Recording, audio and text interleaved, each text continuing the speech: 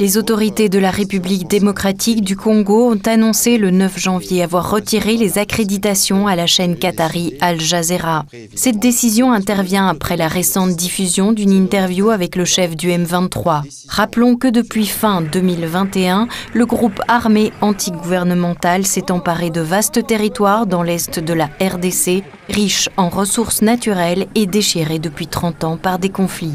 Comment voulez-vous comprendre qu'un média comme celui-là, qui a des journalistes régulièrement accrédités en République démocratique du Congo, puisse utiliser une chercheuse, une militante notoirement connue comme pro-rwandaise, qui n'est pas dans la liste de journalistes accrédités, qui va interroger le chef d'un mouvement terroriste sans avoir ni accréditation ni visa?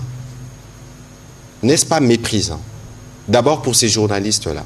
Alors, à quoi ça sert à cette chaîne d'avoir des journalistes accrédités localement lorsqu'il faut faire une interview, recourir à une chercheuse qui est militante?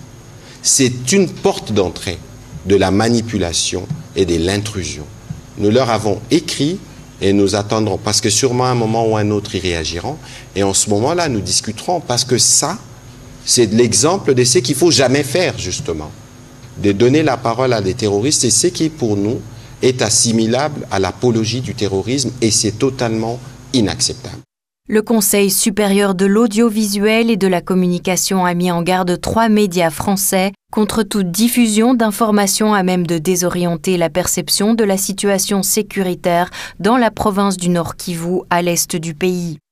Je constate avec amertume que certains médias, comme RFI Afrique, TV5 Monde et France 24, relaient les prétendues avancées des terroristes tout en occultant les exploits des FARDC. Nous respectons la liberté d'expression et d'information, mais nous fustigeons fermement toute apologie du terrorisme. Les terroristes n'ont pas droit à la parole chez nous, comme partout ailleurs dans le monde. Il s'agit des vies humaines et de l'intégrité de notre territoire, des principes non négociables. J'exige que les médias, nationaux et étrangers, respectent ces valeurs fondamentales. Alors que l'armée de la RDC tente de contenir les rebelles, les efforts diplomatiques tels que le processus de Luanda peinent à produire des résultats concrets face à l'absence de coopération du Rwanda. Ce dernier, accusé de soutenir logistiquement et militairement le M23, a refusé de participer à une réunion tripartite le mois dernier, censée établir une feuille de route vers la paix.